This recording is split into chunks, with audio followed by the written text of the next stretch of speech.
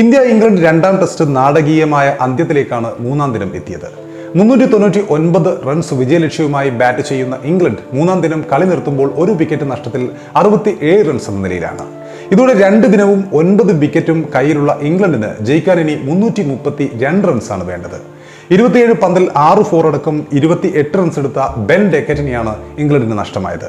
രവിചന്ദ്ര അശ്വിനാണ് ഇന്ത്യക്ക് break through നൽകിയത്. 50 പന്തിൽ 29 റൺസുമായി സാക് ക്രോളിയും 8 പന്തിൽ 9 റൺസുമായി നൈറ്റ് വാച്ച്മാൻ രഹാൻ അഹമ്മദും ക്രീസിലുണ്ട്.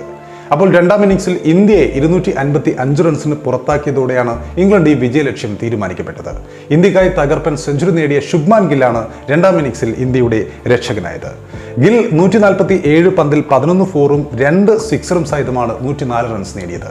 ഇംഗ്ലണ്ടിനെതിരെ രണ്ടാം ടെസ്റ്റിലെ രണ്ടാം ഇന്നിംഗ്സിൽ സെഞ്ചുറി നേടാനായതോടുകൂടി അദ്ദേഹം രക്ഷിച്ചെടുത്തത് തന്റെ സ്വന്തം കരിയർ തന്നെയാണ് എന്ന് പറയാം. കാരണം ഗില്ലിനെ ഒഴിവാക്കാൻ ടീം